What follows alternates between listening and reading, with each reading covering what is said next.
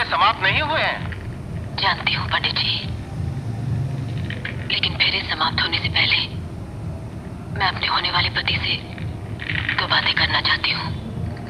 फेरों के बीच रुक जाना हिंदुस्तानी रिवाज और कल्चर के खिलाफ इरादा। जो कल्चर किसी मनुष्य के आत्मसम्मान, उसकी सेल्फ रिस्पेक्ट की हिफाजत न कर सकता हो, वो कल्चर किस काम का?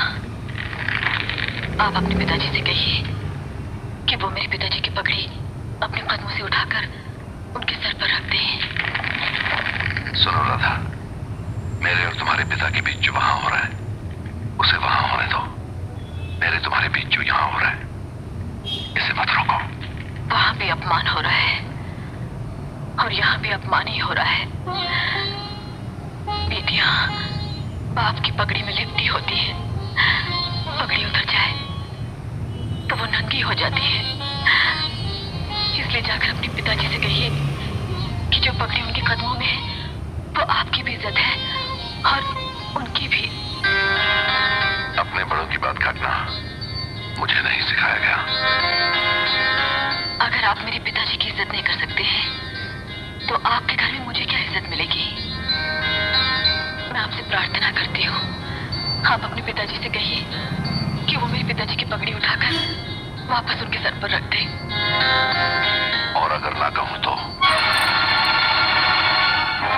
इस गठबंधन में एक चादर मेरी भी है। मैं इस गठबंधन को हवन कुंड की इस पवित्र अग्नि में जला दूंगी, जिसके फेरे लेकर आप मेरी इज्जत करने और रक्षा करने की झूठी शपथ खा रहे थे। मैंने कहा ना, मैं अपने पिताजी की कोई बात नहीं काट सकता। पंडित जी, शादी के मंत्र पढ़िए। नहीं पंडित जी,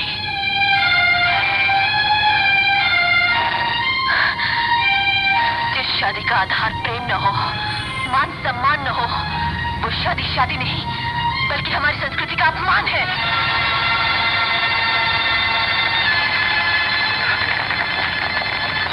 देखा तुमने? अरे हम तो बच गए, वरना ये लड़की मेरा बना बनाया घर जला के खाक कर देती।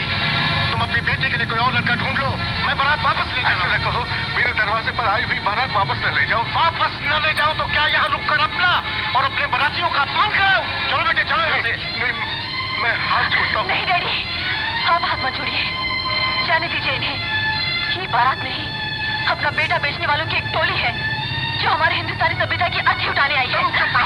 अपनी बेटी को हिंदुस्तानी बहू होने की तहजीब सिखाओ उमराव, वरना इस घर में जो भी बारात आएगी इसी तरह वापस लौट जाएगी।